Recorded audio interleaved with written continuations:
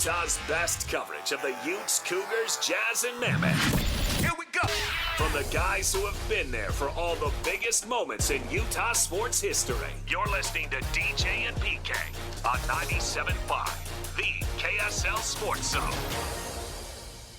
When last we left you on As Kevin Graham Turns, our weekly football soap opera, Kevin, who is salty, grabbed the wheel and took us down Athletic Director Boulevard. Kevin did not react. All right, well, while we wait for Kevin, caller 12 right now, 801-575-ZONE. Wins a family and friends 5-pack of tickets to Aerofest 2026 featuring Styx in Chicago at Utah First Credit Union Amphitheater on August 30th. Tickets are on sale now at livenation.com. All right, that'll give you something to do here while Kevin and I have at it, okay? Alex, you can get a winner for the concert tickets. And so I'm recapping what you're saying. You're muted. I know. I accidentally hit mute. I accidentally hit mute on my phone, and I forgot to take it off. I muted myself. Here I am, like railing on you, right? And then, of course, you didn't get to hear any of it. So, but yes, I'm going to sit back now because this whole thing started today on you explaining how you left college and you went back to college because, and that's what all players should do and be able to do. And so now you're going to lecture me. So please, Professor DJ, tell me what's going on over there. I've been misquoted by the media on my own show. I did not leave college. I told you I was working while I was in college. I kept going to class and getting mediocre grades, Kevin. Nothing changed. Okay. Okay, good. You said, and that's one scenario. At the end of the break, you were talking. You went on a classic Kevin Graham end of segment rant. And another thing, and you said, "Hey, the athletic directors, you got to step back. No egos. You don't like the Ute lawsuit, but they want their $400,000, and there's hard feelings with Whittingham and Fred and Kyle, and so that's that, right?" And then you said, "And BYU," and you said, and here's a scenario, which can't be ruled out, right? It's certainly on the spectrum of potential stories. Hey, give Kalani his money. If you don't, there's going to be other big-time jobs open, and he's going to leave. Hell yeah. That is certainly football coach at BYU is really important. There are a lot of people in management roles, both school and church, that are BYU football fans and want to have a say. And obviously, a couple of them need to have a say. You would always have a president and, a region or something who are involved above the athletic director. BYU could have way more than that. There is more bureaucracy for multiple reasons, some of which people would probably like to change and some of which just can't be changed. They're owned by a church, and it's just going to be the way it is, right? So there is a decent chance in my mind, and I can't guarantee this, because some things are, the stove's just too hot and people aren't going to touch it. They'll tell you some stuff, but they're not going to tell you everything. But I believe that there are people, first off, I don't think the AD has the latitude to unilaterally do some of the things that have been done there. That's not how it works, especially at BYU. So I think there are people above who've weighed in. And I think based on some of what we've heard and the frustration level we heard, I can't rule out the fact that there would be people above the athletic director, at least someone, but more likely the plural, because there's so many people involved, that would like to see Kalani go and would like to hire Jay Hill. Now, we heard a little bit of that last December. Hey, if Kalani goes, we got Jay Hill. We're in a good spot here. And maybe there's a lot more than that. Maybe there's people that actually like to see that transition happen. And since they can't fire him, well, it's like you in high school. You don't want to break up with your girlfriend. So, you just don't call her. You don't take her to dinner. You're kind of a jerk. And she breaks up with you. You ghost it's not them. on you. You ghost them. I don't know. That's called ghosting these days, DJ, in the young terminology. But you're old, so I tried to stay in 1900s lingo for you. I'm single and divorced, and I have dated, and let's face it, I have been ghosted before. It's a shock. I know. It's called ghosting, but continue. Oh, man. Oh, I can't. I'm emotionally verklempt. My guy Kevin's been ghosted. Oh, I know. It's okay. I deserve it. All right, continue. Okay. So we can say, hey, put your ego aside, and that's stupid. But, well, what if that's a game plan? And I just think it's a potential scenario. I can't prove it. Nobody who's executing that game plan and wants to go tell Radio Boy that. I mean, come on, let's be honest, right? But like one scenario you threw out there right for a break, that's logical. Here's another one, and there might well be a third one. Because as this has gotten loud, the heat's turned up, and now people are holding their cards a lot closer to their chest. And I don't blame them. Everybody's got a boss, and everybody's got a job, and they want to hold on to it. So I'm not criticizing that, but let's just acknowledge that's the way it is. People are quieting down a little bit here. Now there may be a moment where it's to their advantage to speak up again. But Kalani himself has acknowledged this publicly. We had people on social media. You'll love this. People on social media, the media making this. The dude literally, after practice, stood in front of the cameras in the indoor facility because it's really hot here. So they're practicing. They built it to handle cold weather, and now they're using it to handle hot weather. But whatever works, I don't blame them. I go indoors, too. It's too hot to be running around. There's too much smoke in the air for the players to be breathing that stuff. It's called global warming. It's why the Great Salt Lake is leaving, apparently. It's going up in the air. So Kalani steps in front of the camera. Stay on point. Stay on track. Kalani steps in front of the cameras and says, I don't want to talk about that. My agent's handling that. That's no denial. That's confirmation. And actually, it's so much, and the games are so close. We're getting the point now. I got other stuff to do, right? That's my contract needs to be fulfilled. My agent's going to handle it. That's why I'm paying him. I got film to watch. I got recruiting to do. I've got coaches to talk to. I've got analysts to talk. I mean, his plate's full. And I thought that was 100%. For whatever we're getting fed, 70 or 80% of the truth as people try to get whatever they want. That's just part of being in the media. That was 100%. Like, I'm busy. The agent's handling that. It's still a thing. Oh, it's a thing. So I think there's multiple game plans out there. Okay. I think that's all reasonable. I would like to say that it could be the dumbest game plan that I've ever heard of, if that is the game plan. Not to say that Jay Hill's not a great coach, and he will do fine at Michigan as a defensive coordinator.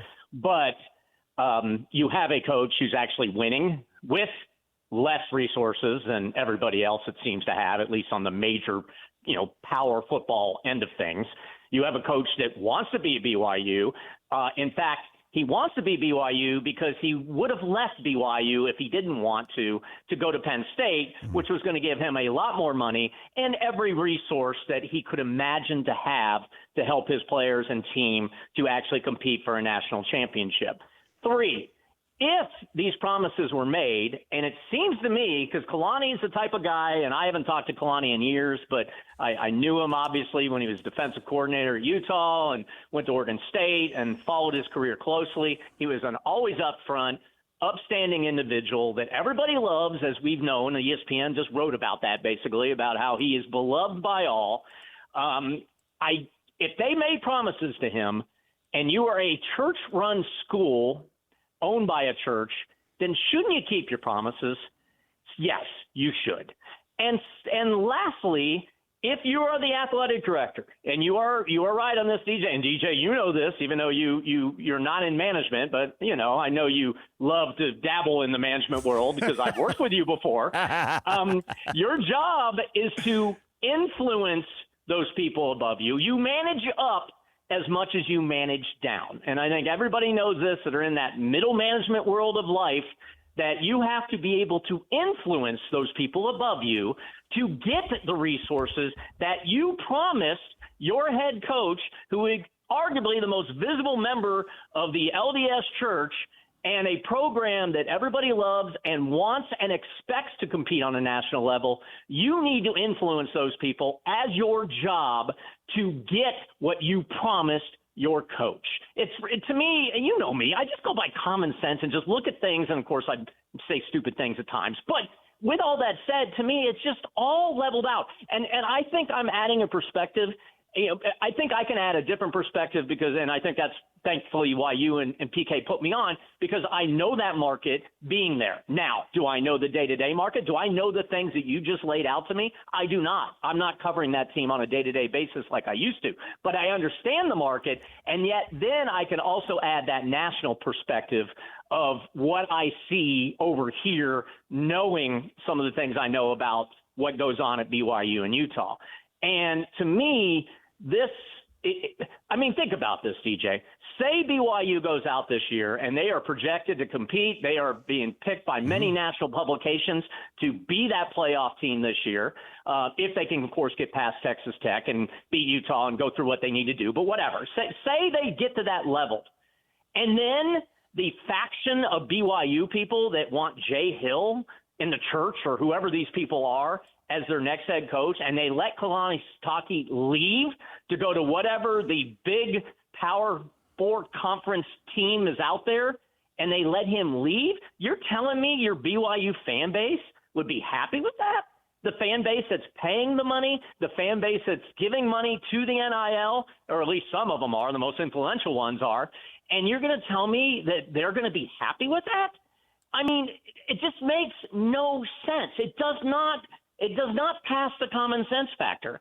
If you made promises to one of the hottest coaches in college football, who also happens to be a great spokesperson for your mission of that school and represents that school in every way possible that you would want, probably since Lavelle Edwards, and maybe you're going to argue Bronco because Bronco had his quirky little way of managing and doing his things there.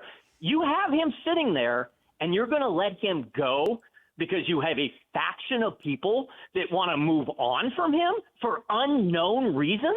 It doesn't wash with me. And it will be one, and I know, and again, I argue on one end, you guys, people in Utah should not worry about what national media says. Who cares what Kevin Graham or anybody else that's not in your market says? It really doesn't matter. But as we know, it does. Everybody cares what people think. What do you think the national attention and media and everybody's going to think of that BYU program if what you just laid out happens? It is going to be ridiculous. You're going to look like complete and utter idiots. And you can't let that happen. You can't.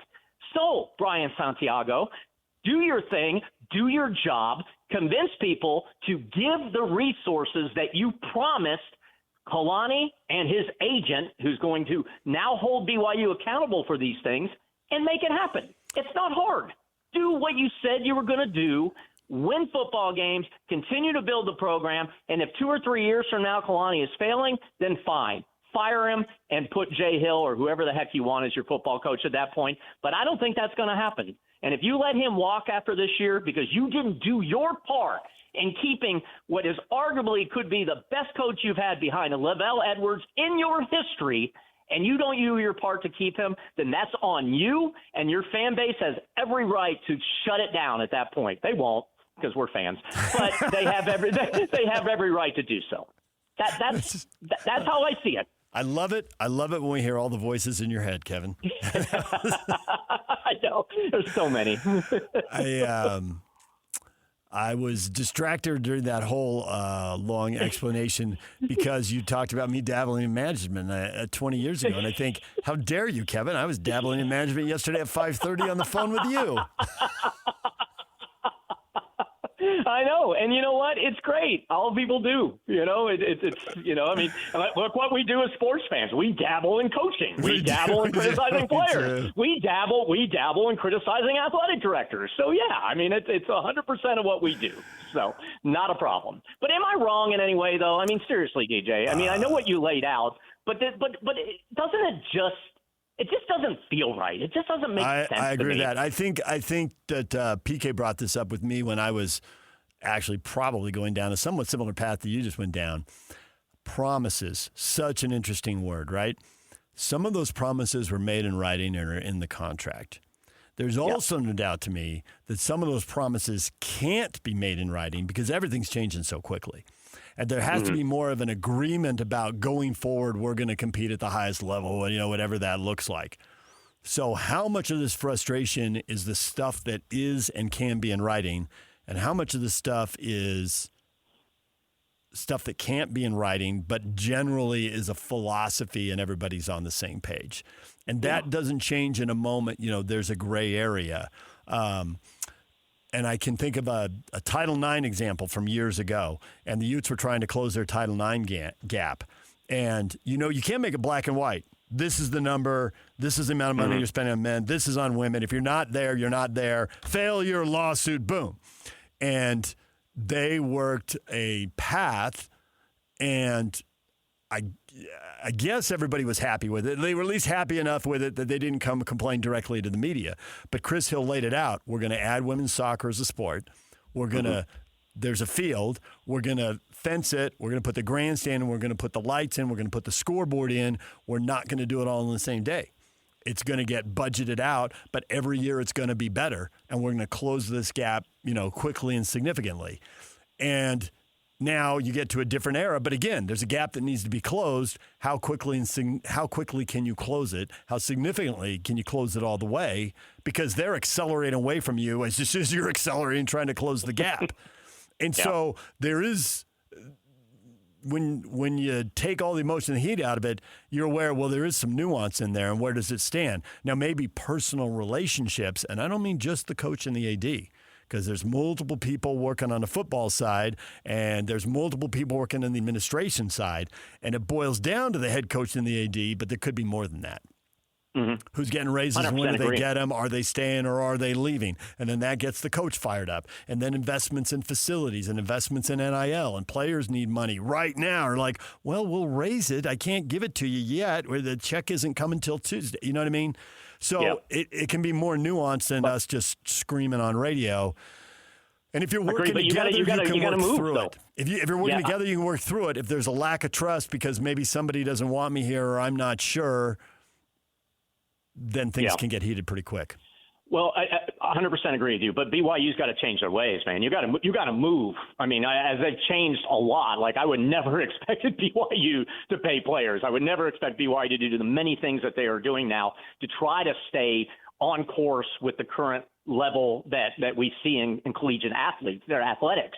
But you got to continue to change, and you better move quickly, because if you do not move quickly, you're going to lose your coach. And then what are you going to do?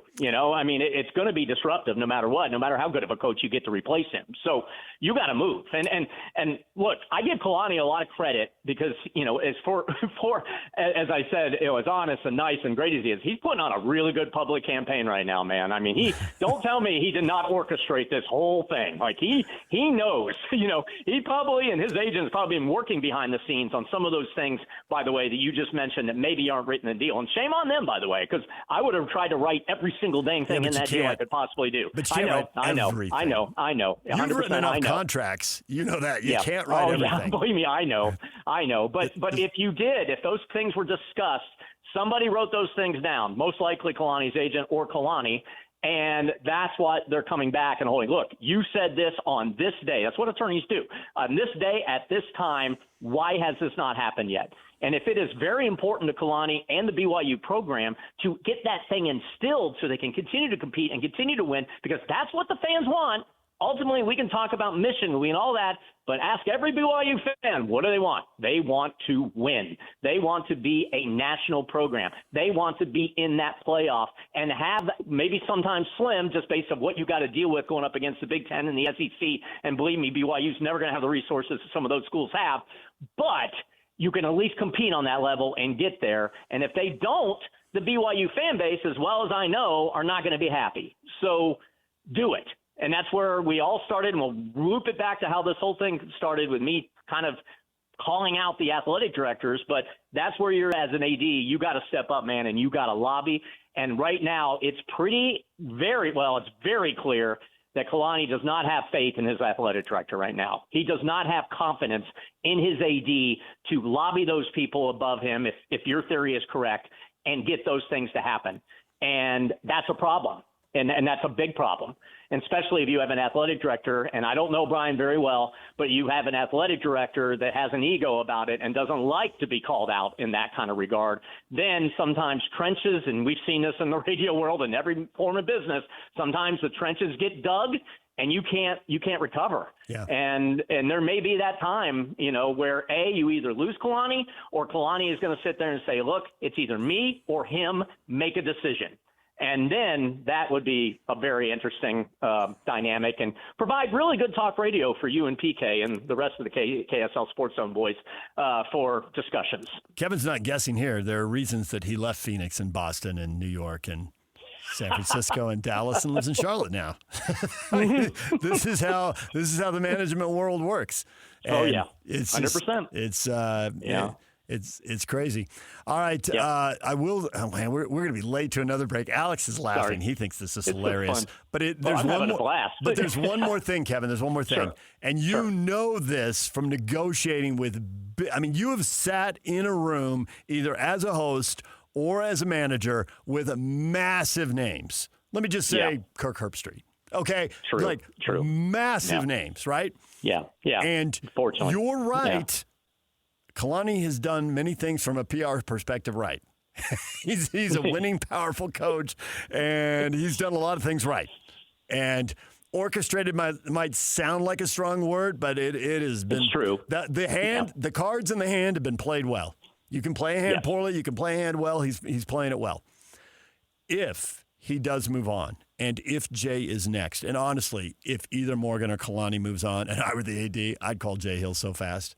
I'd call him. He's candidate one. Period. Dude, I think he'll be. I have a feeling. I'll throw this out because obviously I follow the Michigan program closely because I became a fan because I spent so much money on sending my daughter there, and I want Whittingham to do well. Even though I've always respected him, but I will criticize him as well. Jay Hill is probably going to be one and done at Michigan. If Michigan's defense is as good as everyone says it's going to be, I mean, he's going to go somewhere. It'll probably be a more resourceful program than BYU.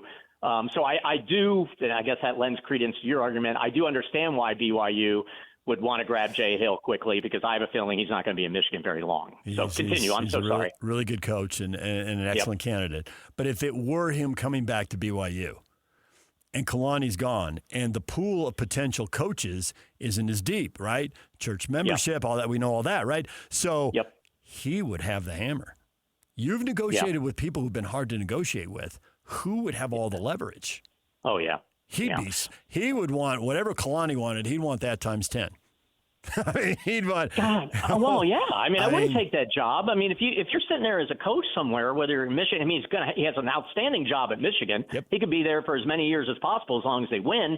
Yeah, he's not going to. I mean, I wouldn't. If I'm a LDS member of the church, and my dream is always to coach at BYU, but I just watch them run out. Like I mentioned, and I don't think it's non-factual at this point, that you could argue is the second greatest coach in BYU history at this point behind Lavelle Edwards. Heck yeah, man. I am going to have every hammer that I'm going to have, man. I am not going to trust anything. I want to make sure that I have every resource that I want. And if they don't agree to it, then fine. I'll just stay in Michigan. Or I'll just go take a job at whatever big program has an opening that year. So, no, 100%. You're so right on that. Yeah. All right, we'll leave it right there. We'll see if they can just turn down the temperature and keep winning because that is what everybody wants, and they've done a lot of that. It's 4 double-digit win seasons in the last 6 years. It looks like they have an excellent opportunity to make it 5 out of 7. And the 2 years that didn't make it, they had quarterback injuries. And it was obvious to everybody, and that is a problem for everybody. The only reason Kyle Whittingham wasn't winning double digits at Utah at the end was COVID and 2 quarterback injuries. Quarterbacks. Other than that, he was lining up it was like the Eagles. He went to the conference title game 4 times in 5 years, and 1 year he missed was COVID. Just like the Eagles went to the playoffs 8 times in 9 years, and the 1 time they missed was COVID. So 100%.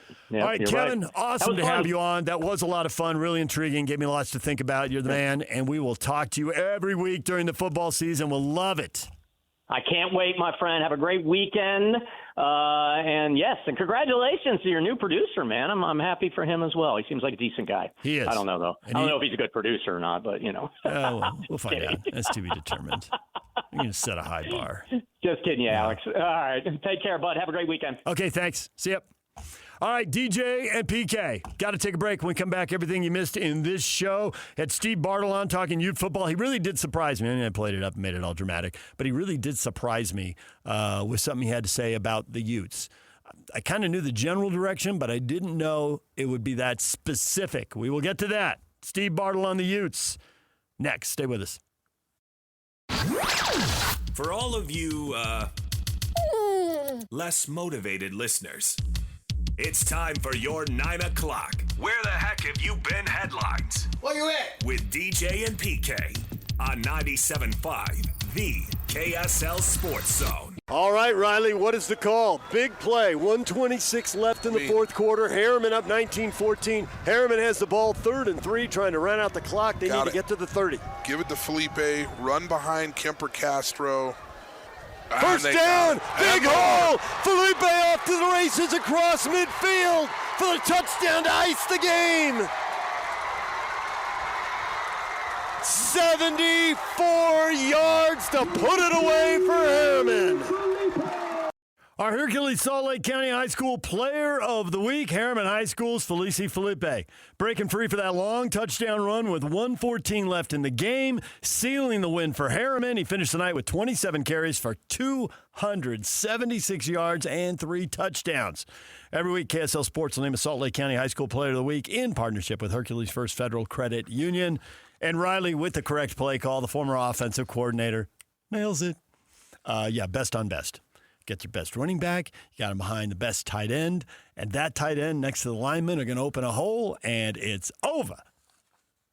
Correct call by Riley. Great run by Felipe. He is our Hercules First Federal Credit Union High School Player of the Week. We happen to be on that game as he broke free and did that. And tonight, I'll be back with Riley, Skyline Olympus, one of 18 games that you'll have access to on KSLSports.com and the KSL Sports app. And 5.3 is up and running. If you have TV over the air, you can watch high school football live on 5.3. If you have an HD antenna, those things are awesome because it's like a one-time cost. It's $20 or $40 or something. Then once you put in, you don't pay every month like you pay for cable and satellite or streaming service or whatever. It's also available on Comcast Cable. Xfinity has it on channel 381. And then other providers will get it over time as the retransmission agreements get redone. Plenty of high school football tonight. Oh, one of the other games is an interesting out-of-state game, IMG from Florida. Literally, sports factory. You go there because you're an elite athlete. It started with tennis. They branched out, football, basketball. They got tons of sports now as part of that IMG Academy. And IMG came here and played Corner Canyon a few years ago, 4 years ago, and got beat, which was, wow, that was an awesome win for Corner Canyon. Very impressive. And so tonight, IMG's at Lone Peak. So you can check that game out on KSLSports.com. All right, stuff we've been talking about during the show today. So many things. Steve Bartle on at 7:30 asked him best position group. Well, not best, but what's the position group that is most likely to bring people to their feet at Ute games? And what's the one that's most likely to have them put their head in their hands and sob quietly? And he said for the one that'll bring you to your feet is the one that used to make you sob quietly. The complete transformation for the wide receiver position. And it really backs up what Ron McBride said when he was in here yesterday. Mac was saying, well, they brought in an offensive coordinator, they brought in a wide receiver coach, and they both brought players with them. So they've got guys they practice with every day. They played multiple games. They've sat in film rooms. They've watched these guys work in weight rooms. They know what they're getting, and they meet the standard. And so as much as we can all cry about the transfer portal, it's changed everything, and it has, you can use it to your advantage. And both Ron McBride and Steve Bartle think the Utes have done that in the wide receiver room. Now, the flip side of that, and actually Mac and Steve are on the same page on this one too. Steve said it's the D-line group. And he said it's not that they don't have good players in the D-line, because they do. But it requires rotation, and then because of injury, it requires depth. And do they have that? And the answer is definitely maybe, which is something Mac's been saying all along. I mean, Mac in the spring when he was in said they had 2 tackles and 1 pass rusher and they needed more. Now, they went to the transfer portal. They brought guys in. And Mac has acknowledged that the situation has improved since then. He acknowledged that. And Steve did too. But Steve was more of a, I don't know if I want to put a number on it, but it seemed to me it was more of a, they got like 6 guys, but they still need 5 or 6 guys. They still need to find a couple. There's a couple of people progressing, and they need to keep progressing pretty quickly. I think Utah's in a place right now where a lot of teams are, and a lot of teams are very often, and even more because of the transfer portal. You want to play. So if you're somewhere and you're afraid you're guy 8 or 9, and you see you have a chance to go somewhere and be guy 4 or 5, you're going to go make the move. A lot of people are going to make the move. And so it's hard to stack up depth. There'd be years Kyle Whittingham would stand in front of us, and he'd take that question. We have 9 D linemen. We have 10. I remember one year he said 12. And I remember thinking, how is he going to keep them all happy? But now Utah, It seems like they're in a position that more teams are in. Now, the teams that are in this position now in mid-August, you get to October and November, some of them are really happy with their D-line. The progression happens. They don't have the injuries. You have to play 6 guys through the 4 spots. But you really need 8 because you're expecting injuries. Maybe you don't have the injuries, so you don't need to go that deep. Or maybe the guys develop and they get to that moment and they're ready to go. But for some teams, obviously, that doesn't happen, and they don't have much of a pass rush, and they give up big plays and blah, blah, blah. So we'll see how it plays out for the U. That is just a tough feeling for a lot of Utes because they haven't had to endure it. That position was always, if not a strength, a super strength. And now it's a more normal deal, which is all accentuated by the transfer portal, just leveling things out here. While we're on the topic of college football, we spent a little bit of time on this morning. The Senior Bowl likes to pride identifying the best of the best. They bring in, they got a top 300 list, and they're going to bring in players to the Senior Bowl for the NFL to work out. Now, obviously, some people on this list aren't going to go there because they're going to be so good. They're first-round draft picks. They're not going there, and they're not doing stuff, and they're not getting hurt. And other guys maybe won't even declare for the draft, some of the underclassmen. But they projected 300 players right now. 15 at Ohio State, 10 at Michigan, 12 at Georgia, 9 at Indiana. BYU has 6 guys mentioned. Utah has 2. Jackson Benet and Wayshawn Parker for Utah. So as you look at the Utes and think, how can they be a top-end program? How can they win the league? How can they go to the playoff? And the question to all of that is, who are the big-time playmakers and difference makers? The guys who not only make the big play to help your team win, but they make the game easier snap to snap for everybody else. You're getting doubled, so everyone else just has to win the one-on-one. You're drawing the best, corner, so it's easy for every other wide receiver to get open. Whatever the position group is, give the guys around you an advantage. And right now, they only identify 2 for the Utes. Now, maybe they find more, maybe more guys evolve, and these lists evolve over the course of a season. Right now, BYU has 6, Texas Tech has 9.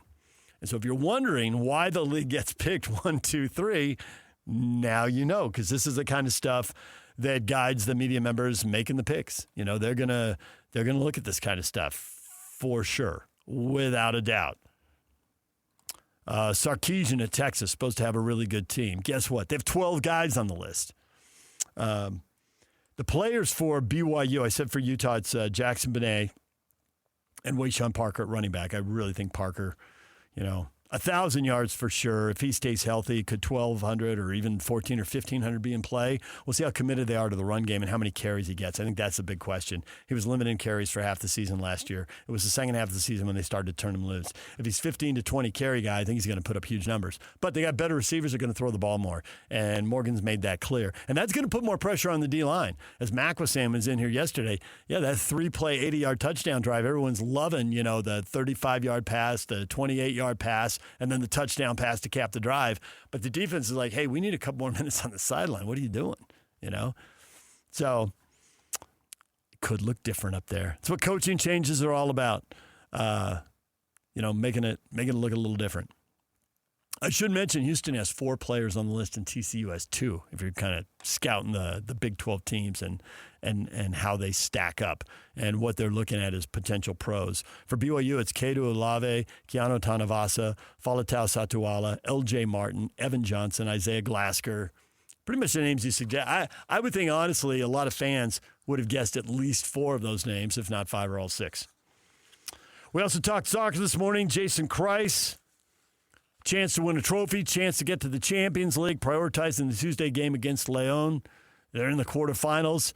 It's going to mean heavy rotation Saturday, which I think had to happen on its own anyway, because they basically ran the same lineup out in the last couple of games, and they're just playing games too close together here. And you could see the heavy legs, really for both teams. I thought Dallas at times looked pretty tired too. And they've been on the same schedule as RSL. It's been a lot of games and a lot of hot weather all in a row, and there's a lot of running, and the needle is on empty. Guys are just running out of gas. So I haven't been following Orlando as closely. We'll have to see how heavily they rotate tomorrow. I was planning on doing some prep today, but Lloyd gave me a call. Now I'm planning on doing some more radio later today. I gotta squeeze that in before the high school game tonight. Okay. A couple other things. Sergey Solon's contract extension, 4.5 years, contains a significant raise. No surprise. The guy scored 9 goals. He's a rookie. He's been great. He's created even more chances. If he had 10, 12, or 15 goals now, based on all the chances he created, you wouldn't be surprised. He's been really good. He can be better. Clearly, he's got upside, and clearly he's been very good. So no surprise, and he was really happy about the money. So he didn't. The question wasn't about specifics. There weren't as many specifics out and available. Maybe they hadn't even quite been hammered out at that point. But after the last game, he spoke, and he got a question about it, and he was smiling and nodding and talking about how happy he was to be in Utah and how well things are going. And he's been moving around a lot. He grew up in Spain. He came to the United States, did a year at Oregon State, transferred to UCLA, did a year there, and now he's in his rookie year in Utah. So, not packing your bags and moving every year, that gets old after a while. Walking into a place and not knowing anybody's name and not knowing anybody personally. And so if they offer you a raise and a big-time contract, okay. RSL plays tomorrow, 5:30 in Orlando, pregame at 4:30. BYU basketball, they got a commitment from former Michigan State big man Jackson Kohler. I think we're all curious, what is BYU doing for bigs? Because you're going to go out there and, it's not an under 6-foot team, but if it's an under 6'6" team, what are you going to do in the Big 12? Well, you're going to get beat a lot. You need some size. So they got to answer that question. Jackson Kohler should be part of that answer. The big money stories today, because who doesn't want to talk about money? The Cowboys and Saints fined $500,000 each for brawls in joint practice. Guys, helmets, shoulder pads. Don't break a hand. Don't end up on the injured list. Stop it. Brett Venables gets 6 years and $10.5 million at Oklahoma off a playoff appearance. They immediately lost at home to Alabama, who then went and got smoked by Indiana in the Rose Bowl. Venables had a couple of really dicey years there getting started. I guess they like where he is, and I mentioned Oklahoma has, I think they have 9 guys on that top 300 list. So they got some high-end NFL talent there. So he gets 6 years and $10.5 million. I'd been saying, Texas, Oklahoma, USC, what comes open at the end of this year? If Kalani's still unhappy, who might come calling for him? Well, I don't think Oklahoma will fire somebody immediately after giving him 6 years and $10.5 million. It's college football. You never know, but I think I'd have to lean against it and think he gets at least a couple years there off that playoff berth and that new contract. All right, DJ and PK. What have I missed, if anything? Is there anything I said, anything I covered I need to cover here?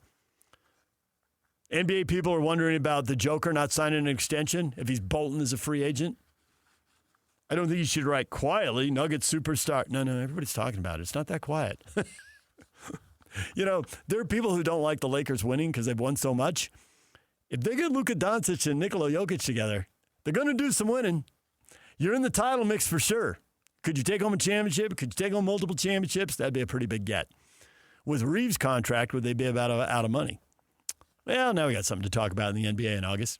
All right, DJ and PK, a break. We're back with Final Word next. Stay with us.